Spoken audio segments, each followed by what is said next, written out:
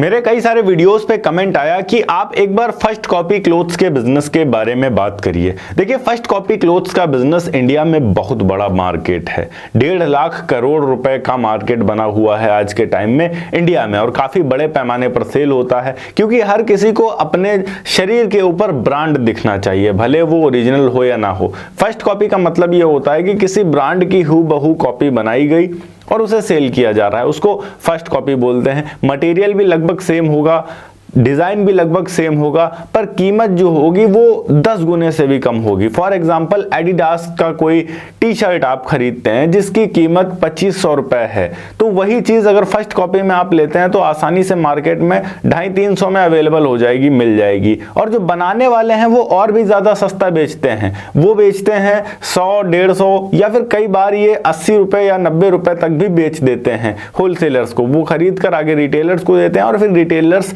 250, 300, 400, 500 तक बेच देते हैं उस फर्स्ट कॉपी प्रोडक्ट को।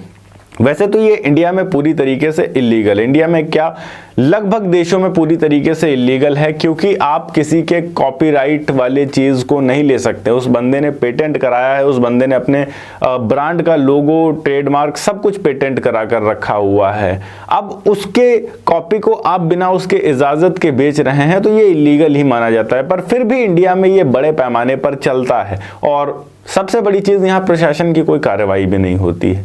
इसी में आप बिजनेस कर सकते हैं, ऐसा नहीं है कि आप नहीं कर सकते हैं, पर एक चीज ध्यान में रखिएगा कि ये इलीगल होता है पर प्रॉफिट काफी अच्छा खासा है। इतना कोई पूछता नहीं है कि आप किसके प्रोडक्ट को यूज कर रहे हैं, क्यों कर रहे हैं।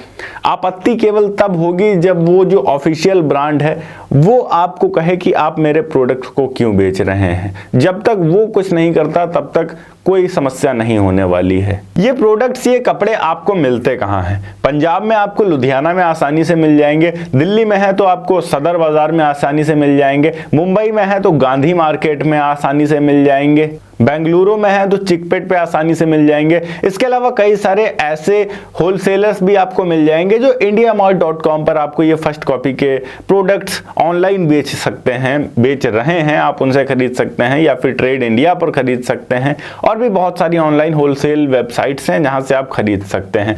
सबसे पहले आपको जाकर एक सप्लायर पकड़ लेना होगा, कम से कम कीमत में उनसे प्रोडक्ट्स खरीदनी होंगी। बार्गेनिंग आप करने की कोशिश करिए, या कोशिश करिए कि आप उस मार्केट में 1-2 दिन का समय व्यतीत करें। आपको चीजें अच्छे से समझ में आएंगी कि मार्केट कैसे काम कर रहा है। जब आप एक बार वहां से प्रोडक्ट खरीद लेते हैं, उसके बाद आपके पास 2 ऑप्शन है। पहला, आप खुद का एक शॉप रेंट पर लीजिए और वहां पर अपनी फर्स्ट कॉपी क्लोथ्स को बेचना शुरू करिए अपने शहर में या फिर जहां पर भी आप सेल करना चाहते हैं।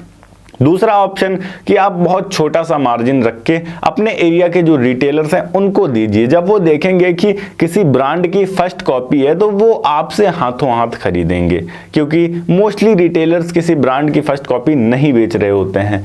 और जब उनको ब्रांड की फर्स्ट कॉपी मिलती है तो वो तुरंत आपसे खरीद लेते हैं, क्योंकि ब्रांड काफ़ी जाने पहचाने होते हैं और उनकी डिमांड काफ़ी ज़्यादा होती है। तो उनको ये पता रहता है कि ये अगर मैं खरीदूंगा तो मेरे शॉप में ज़्यादा दिन तक रहेगा नहीं, आसानी से निकल जाएगा माल और मुझे भी काफी अच्छा प्रॉफिट हो जाएगा। आमतौर पर जब आप होलसेल में इन प्रोडक्ट्स को खरीदते हैं तब वहां पर आपको इसकी कीमत 80 रुपए, 90 रुपए या 100 रुपए या बहुत मैक्सिमम जाए तो 150 रुपए तक मिल जाता है।